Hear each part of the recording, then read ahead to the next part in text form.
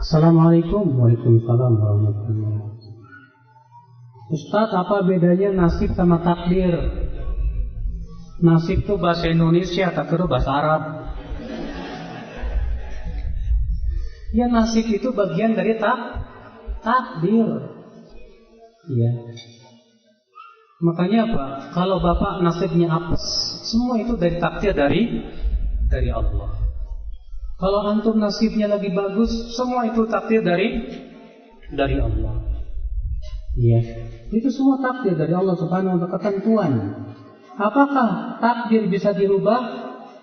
Ya, apa yang dimaksud dengan takdir bisa dirubah? Kalau maksudnya kita berusaha untuk mencari takdir yang baik dengan usaha, na'am. Dengan doa, dengan usaha, ikhtiar, betul sekali. Kita sendiri yang harus merubah diri kita. Sebagaimana Allah berfirman, "Innallaha la yughayyiru ma biqaumin hatta yughayyiru ma bi anfusihim." Allah tidak akan merubah suatu kaum sampai mereka merubah dirinya sendiri. Betul sekali. Tapi kalau antum maksud pertanyaannya adalah takdir yang ada dalam Lauhul Mahfuz, apakah itu bisa berubah? Tidak. Kenapa? Karena ilmu Allah sempurna. Pak, kalau seorang presiden, seorang raja, peraturannya berubah-ubah terus, kenapa Pak? Karena raja tidak tahu maslahat apa yang akan terjadi di masa depan. Ketika perubahan zaman, wah, peraturan kita udah nggak cocok, rubah. Rubah lagi. Wah, kurang cocok, rubah lagi. Kenapa? Karena ilmu manusia terbatas. Sedangkan ilmu Allah tidak terbatas. Ilmu Allah sempurna. Maka mengharuskan ketentuan Allah pun akan berubah. Karena kesempurnaan ilmu Allah Subhanahu wa ta'ala.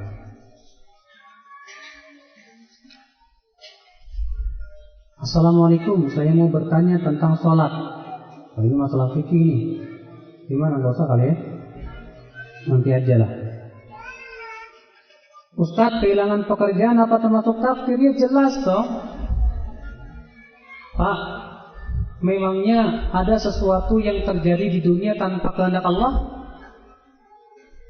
Kalau Bapak mengatakan bisa saja Allah tidak berkehendak, ternyata terjadi, berarti Anda sudah mengatakan Allah itu lemah. Makanya Pak, keyakinan orang Qadariyah, mereka mengatakan apa? Bahwa segala sesuatu terjadi bukan dengan kehendak Allah. Kalau Allah berkehendak terjadi, bisa jadi tidak terjadi, kata mereka. Musibah.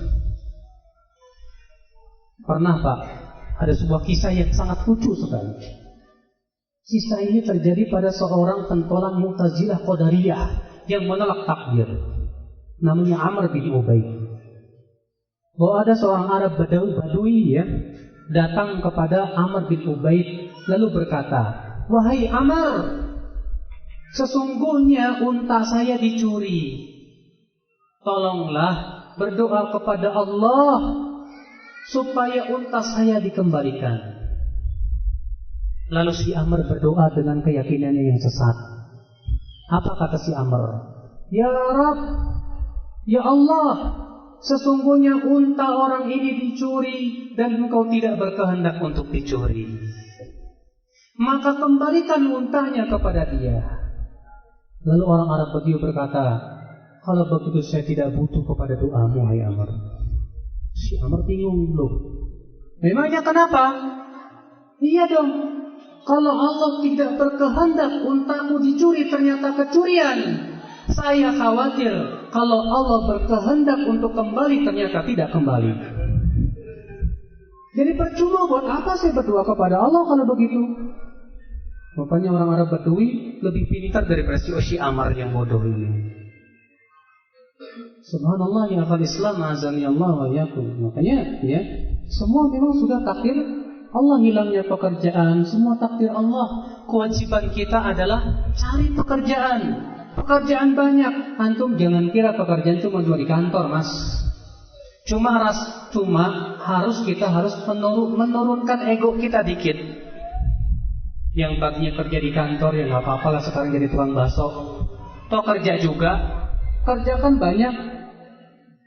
Daripada antum nyuri, daripada antum korupsi, mendingan antum cariin kaleng-kaleng bekas dijual. Itu lebih baik dan halal. Iya. Makanya orang yang beriman kepada takdir itu dia tidak akan mencari rezeki yang haram. Kenapa? Karena takdir Allah itu luas, rezeki Allah itu luas, dan setiap makhluk itu sudah ditentukan rezekinya masing-masing. Ya, makanya kata Rasulullah apa?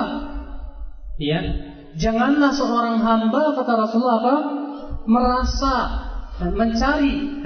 Janganlah rezeki yang terlambat datang menyebabkan si hamba mencari dari rezeki yang tidak halal. Kenapa? Karena ya akal Islam azan ya Allah, rezeki itu sudah ditakdirkan oleh Allah segala sesuatunya. Sabar, insya Allah dengan kesabaran kita Allah akan berikan keberkahan dalam rezeki kita. Ya. Dan apa Ustaz yang harus kita lakukan ketika datang keputusasaan? Kenapa Anda putus asa? Itu akibat dari Anda kurang beriman kepada takdir. Kenapa Anda harus berputus asa? Seakan-akan Anda berkata bahwasanya Allah tidak lagi memperhatikan Anda. La ilaha illallah. Anda putus asa itu akibat Anda suudzon kepada Allah Subhanahu wa taala. Kalaulah Anda berbaik sangka kepada Allah dan beriman kepada takdir, Anda tidak akan berputus asa kepada Allah Subhanahu wa taala. Makanya Allah berfirman apa? Innahu la yai'asu min rauhillah illa al-qaumul kafirun. Ya, sesungguhnya tidak ada yang berputus asa dari rahmat Allah kecuali orang-orang yang kafir. Yang kafir kepada apa? Kepada ketentuan Allah Subhanahu wa taala. Jadi buat apa putus asa? Kata Rasulullah, lan tamuta nafsun hatta tastawfi rizqah. Hatta ya, suatu jiwa tidak akan mati, tidak akan meninggal sampai rezekinya habis. Berarti selama dia masih hidup, rezekinya tidak akan pernah habis. Yakin, Pak? Jadi buat apa berputus asa? Bukankah Allah sudah menjanjikan di balik kesulitan itu akan ada kemudahan? Allah berfirman, inna ma'al usri yusran. Sesungguhnya bersama kesulitan akan ada ya kemudahan. Maka ketika Anda bertakwa, itu akan memberikan jalan keluar yang terbaik. Anda berputus asa, lawanlah dengan takwa. Karena Allah sudah berjanji, wa may yattaqillah yaj'al lahu makhraja wa yarzuqhu min haitsu la yahtasib.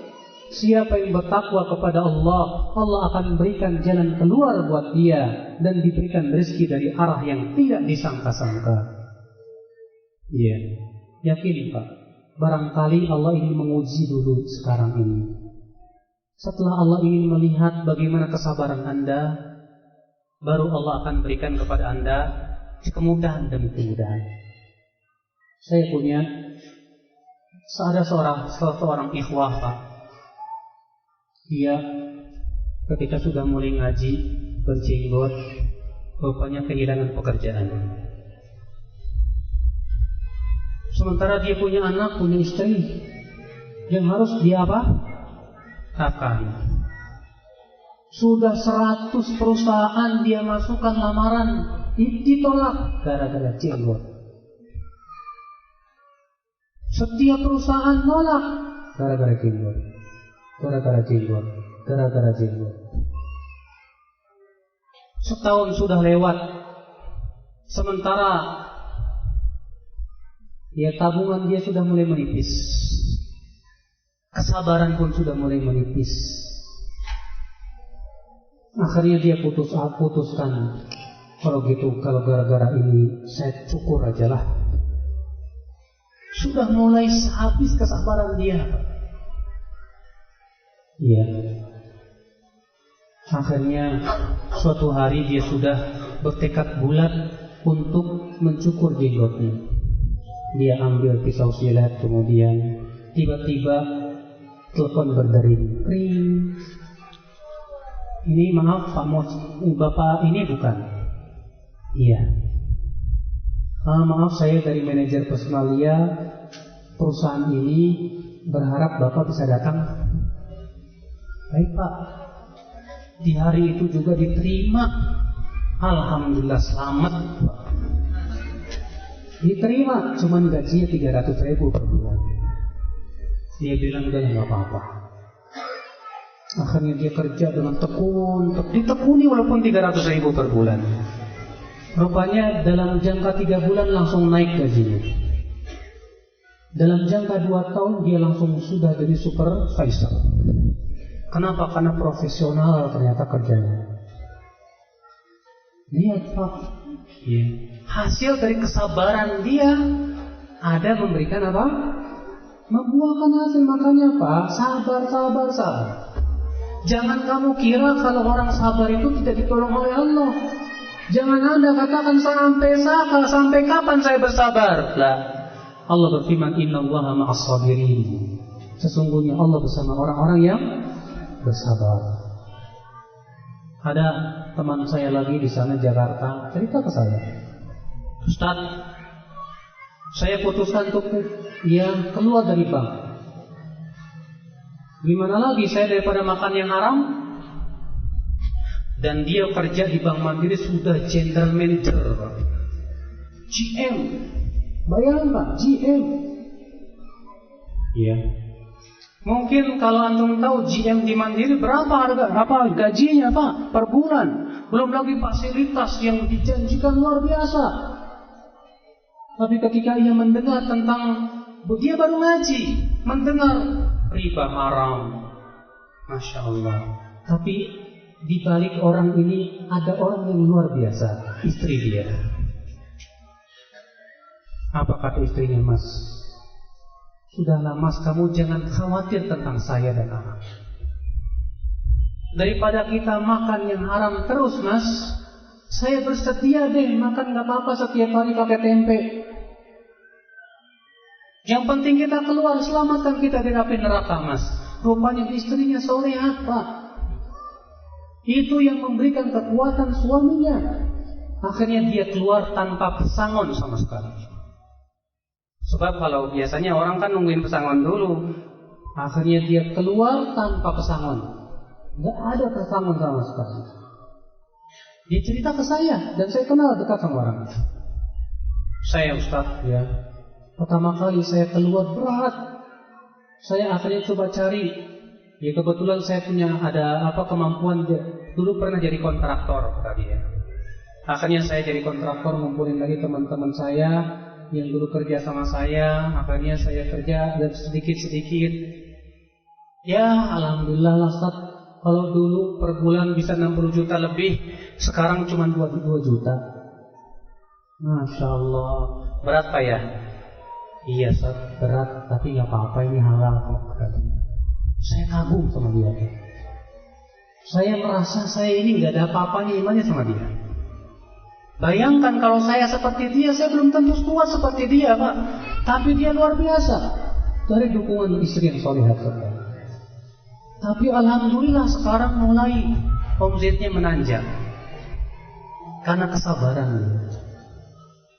Masya Allah banyak. Makanya kita jangan putus asa Pak. Jangan kamu kira bahwa yang memberikan rezeki kamu itu bank. Jangan. Allah yang memberikan rezeki. Mungkin sekarang kita susah dulu hidup kita, Allah ingin uji. Ada lagi Pak, ikhwan kita Pak, setelah diceritain gak ya? Takutnya malah bikin putus asa lagi. Gak usah ceritain ya. Ada lagi kisah lain, banyak deh kisah-kisah yang Masya Allah kalau ditulis dalam sebuah buku Pak, tentang kisah-kisah teman-teman kita luar biasa Pak, Masya Allah. Ya, kisah gak apa-apa saya ceritakan, tapi mudah-mudahan ini mengambil ibroh. Yang dia baru meninggal kemarin. Dia pekerja di bank. Setelah dia ngaji di bank, kaji sunnah, dia merasa hatinya tidak tenang dengan pekerjaan di bank, karena tahu ternyata haram misalnya. Akhirnya, padahal dia baru masuk Islam loh Pak. Mu'alaf, baru masuk Islam. Akhirnya dia kuatkan. Kata dia cerita ke saya, demi Allah Ustaz, saya waktu baru masuk Islam dan saya mendengar bahwa pekerjaan saya halal, saya bimbang. Sampai-sampai saya tadinya mau balik lagi ke agama saya. Tapi saya terus minta kepada Allah kekuatan. Akhirnya dia pun tinggalkan bank itu. Ditinggalkan. Tapi setelah ditinggalkan bank, ternyata musibah terus menimpa dia. Dia terkena kanker ganas. Ya. Akhirnya habis rumahnya buat berobat. Ini buat habis berobat. Mobilnya dijual, semua habis buat berobat. Terakhir kali ketemu saya. Dia senyum aja sama saya. Ya, kata dia, Ustaz, alhamdulillah, kata dia, Allah berikan kepada saya penyakit. Akhirnya harta riba saya ludes. Rumah saya miliki dari harta riba. Mobil saya miliki dari harta riba. Semua yang saya miliki dari harta riba. Gara-gara penyakit ini ludes harta riba saya. Saya sudah nggak punya lagi harta riba. Cuman yang berat ini penyakit saya nih Ustaz. Sudah berbagai macam obat, sulit sekali. Kata saya, sabar aku. Mudah-mudahan itu kebaikan buat kamu. Ya, saya sempat bantu dia untuk cari itu. Qadarullah semakin ganas, sekitar 2 minggu kemarin meninggal dunia. Ghafarallahu lah.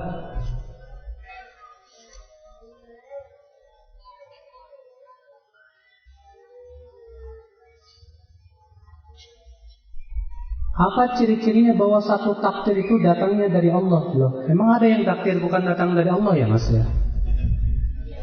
Ya semua takdir dari Allah toh Mas. Ya, nggak ada takdir yang datangnya dari setan, nggak ada Pak. Semua sudah ditakdirkan oleh Allah, semua dengan kehendak Allah yang baik maupun yang buruk semuanya tak lepas dari kehendak Allah Subhanahu Wa Taala. Ya. Apakah takdir juga menimpa suatu negara seperti Palestina, Suriah, Pak? Kalau Bapak bertanya kepada saya, kenapa seperti itu? Jangan Anda dan jangan kita katakan ini salah Allah, tidak. Tapi itu semua salah kaum muslimin juga. Semua akibat dosa-dosa kita. Tidaklah Allah menimpakan suatu azab atau suatu musibah kepada suatu negara. Itu akibat daripada dosa-dosa mereka juga. Barangkali Allah timpakan itu untuk menghapus dosa-dosa mereka. Sudah saya sebutkan tadi hadisnya. Inna ummati ummatun marhumah. Sesungguhnya umatku, umat yang disayangi oleh Allah. Umat yang disayangi oleh Allah. Laisa laha adzabun fid dunya. Mereka tidak diazab di dunia ini, di akhirat nanti. Innama adzabu fid dunya. Tapi azabnya di dunia. Dengan cara apa? Bil qatli, dengan dibunuh. Wazzalazil, diberikan apa? Gempa bumi. Wal fitani, dan fitnah dan ujian. Makanya kalau misalnya di sana kok disiksa, kasihan, cari tanya. Antum yang tahu Palestina. Antum jangan kira Palestina itu seperti yang seakan-akan yang kita gambarkan, bersih dari itu. Di sana banyak barbar, tempat maksiat, Bapak. Orang-orang Palestina, tanyakan kepada mereka yang pernah tinggal di Palestina dan pernah pergi ke Palestina. Kita tidak tahu, bukannya kita mau berpangku tangan, tidak. Kita membantu saudara-saudara kita, tapi kita harus yakin bahwasanya tidaklah musibah yang Allah ujikan atau timpakan kepada suatu bangsa kecuali itu semua akibat dosa-dosa mereka. Akibat apa? Ya dosa-dosa mereka. Makanya Pak, dosa mendatangkan azab dari Allah. Sebagaimana bid'ah, kesyirikan, khurafat mendatangkan azab dari kita. Tidak tahu bangsa Indonesia ini. Nikmat banyak sekali di Indonesia, tapi kesyirikan, perdukunan. Ya, mungkin Allah masih sayang karena adanya orang-orang yang masih bertaubat kepadanya. Masih ada orang-orang yang istighfar kepada Allah. Dan Allah mengatakan, "Wa ma kana Allahu mu'adzibahum wa hum yastaghfirun." Allah tidak akan mengadab suatu kaum selama mereka masih istighfar kepada Allah. Mungkin masih banyak yang istighfar kepada Allah sehingga Allah masih menahan adabnya. Iya, wallahi kita khawatir di Indonesia ini, di mana kehancuran merajalela, kehancuran dalam akidah, dalam ibadah, dalam akhlak, dalam moral, dalam pergaulan para pemuda, pergaulan bebas luar biasa, zina di mana-mana, kesyirikan, perdukunan. La ilaha illallah. Makanya kita khawatir, Bapak sekalian.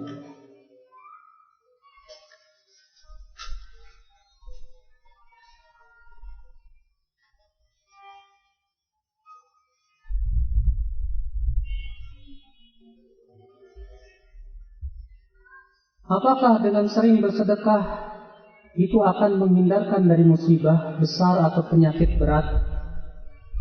Betul memang, sedekah itu diantara janji Allah untuk orang yang sedekah, insya Allah Allah akan sembuhkan penyakitnya. Ada sebuah hadis yang dihasankan oleh Syekh Al-Albani rahimahullah dengan lafaz dawau mardakum bis-shadaqah.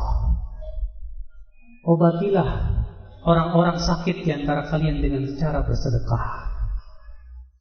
Dan Imam Ibnu Mundir Al-Mundhiri dalam kitab Sahih Targhib wa Tarhib menyebutkan sebuah kisah yang disahihkan oleh Syekh Al-Albani yang menimpa seorang ulama besar yang bernama Al-Imam Al-Hakim Abu Abdillah An-Nisaburi, penulis kitab Al-Mustadrak, bahwa pernah Abu Abdillah Al-Hakim terkena penyakit koreng di wajahnya, dan dia sudah berusaha mencari tabib ke sana kemari, ternyata tidak ada yang manjur obatnya. Akhirnya ketika beliau sedang dalam perjalanan pelajaran hadis, sedang beliau mengajar hadis, karena beliau kan seorang ahli hadis dan ulama hadis terkemuka di zamannya. Lalu datanglah seorang wanita dan berkata, "Wahai Imam, wahai Aba Abdillah, tadi malam saya bermimpi bertemu Rasulullah. Lalu Rasulullah tersenyum kepadaku, lalu berkata, sampaikan surat ini untuk Abu Abdillah Al-Hakim. Lalu aku bangun dan ternyata surat itu ada di dekat tanganku. Lalu aku bawa surat ini, hai Abu Abdillah, ini surat yang aku bermimpi langsung bertemu dengan Rasulullah." Lalu dibaca oleh Abu Abdillah Hakim. Ternyata apa? "Wahai Abu Abdillah, hendaklah kamu menggali sumur dan wakafkan airnya untuk masyarakat."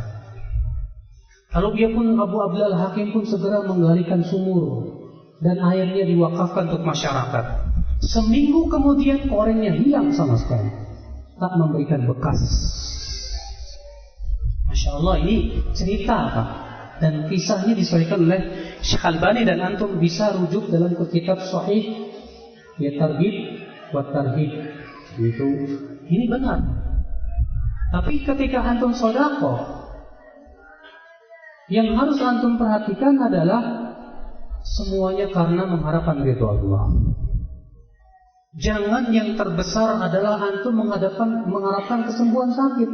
Sebab kalau antum sedekah mengharapkan kesembuhan sakit, berarti antum sudah kehilangan pahala. Jangan. Sebab apa? Itu semua janji, dan janji itu tidak perlu diniatkan. Kalau antum ikhlas karena Allah, apakah berarti Allah tidak akan memenuhi janjinya? Ya tetap Allah akan penuhi janjinya. Makanya berarti kita tidak perlu meniatkan dalam sedekah kita mengharapkan dunia. Jangan.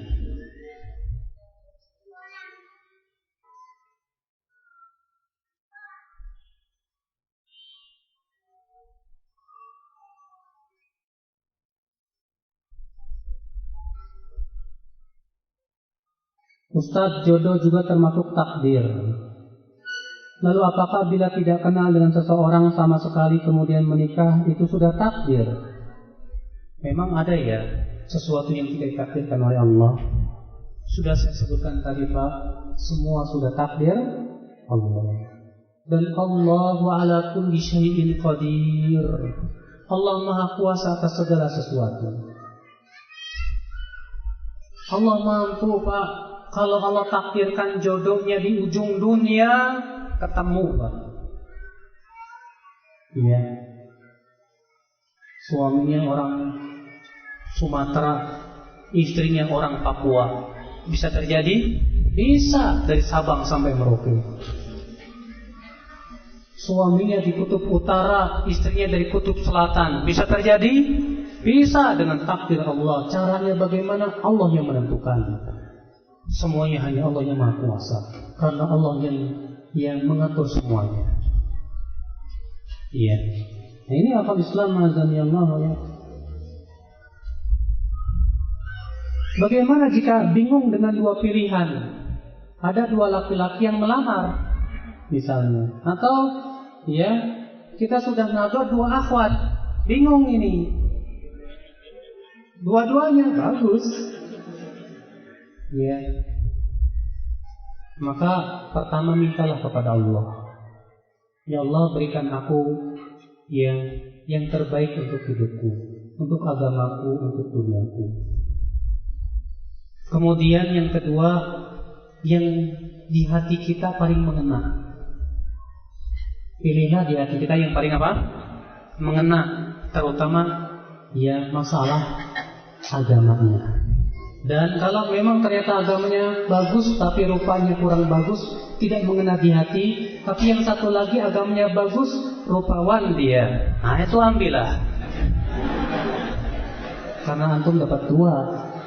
Karena kan Rasulullah mengatakan seorang wanita dinikahi karena 4. Yang pertama karena hartanya, yang kedua karena kecantikannya, yang ketiga karena keturunannya, yang keempat karena agamanya. Nah, kalau antum dapat 2 lumayan kan? Udah dapat agama, dapat ya kecantikan, alhamdulillah. Apalagi antum dapat 4-4-nya, masya Allah. Ya, luar biasa. Makanya terjadi istilah para ulama. Mana yang didahulukan? Cantik dulu atau agama dulu? Abu Hanifah mengatakan kalau saya cantik dulu. Loh, kok bisa gitu Abu Hanifah? Pertama, kata Abu Hanifah, bukankah tujuan menikah itu untuk menundukkan pandangan? Kalau istri saya jelek, saya tidak akan menundukkan pandangan. Yang kedua, kata Abu Hanifah, kalau orang yang dia seorang wanita yang kurang agamanya, saya bisa didik supaya dia jadi solehat. Tapi kalau perempuannya jelek, saya nggak bisa didik, gimana dia cantik? Benar juga ya kata Abu Hanifah.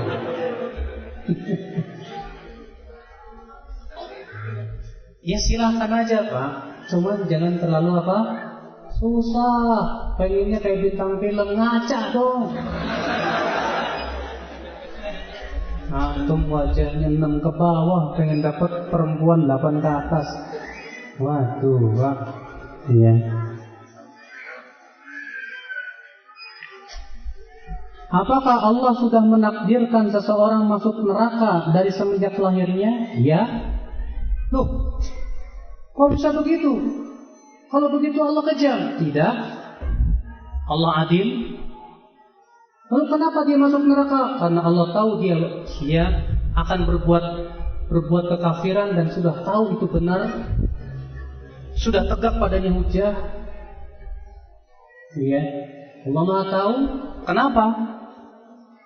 Kalau begitu buat apa kita beramal? Apa urusan kamu dengan itu? Kewajiban kita cuma beramal, selesai. Pak, kita ini tidak pernah diperintahkan untuk memikirkan takdir. Capek mikirin takdir, Pak. Karena kita tidak pernah diberitahu oleh siapapun, kamu masuk neraka. Nggak pernah diberitahu. Apa pernah ada malaikat datang, Mas, tadi saya lihat di Lauhul Mahfuz kamu di neraka? Nggak ada, Pak. Karena kita tidak tahu, buat apa memikirkan sesuatu yang kita tidak tahu? Bodoh namanya.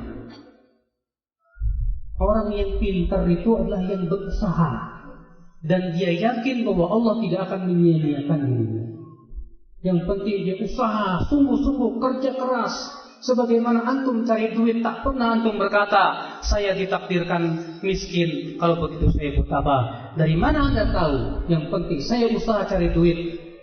Demikian pula kita usaha, dan Allah tidak akan pernah menyia-nyiakan orang yang bersungguh-sungguh. Yakinlah itu, Pak. Makanya ya orang yang tenggelam mikirin takdir aja, ujung-ujungnya sesat.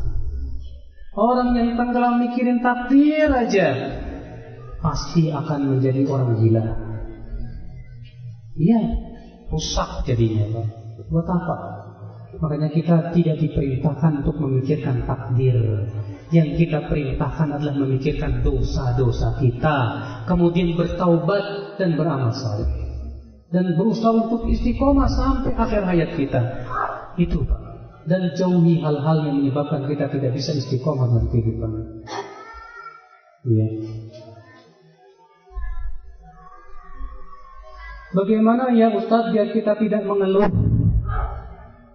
Memang butuh kepada kekuatan jiwa, Pak. Kekuatan dan keyakinan kepada Allah Tabaraka wa Ta'ala.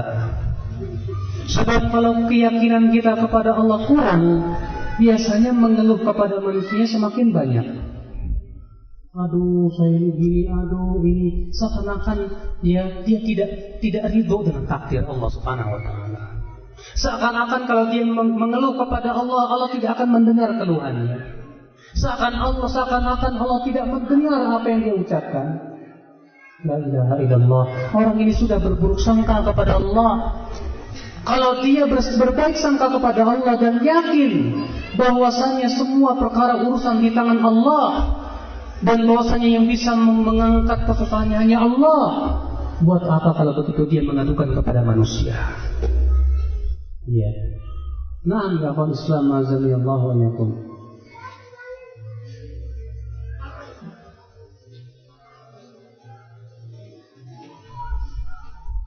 Apakah orang yang dizalimi oleh orang yang berbuat maksiat bisa mengatakan itu takdir Allah?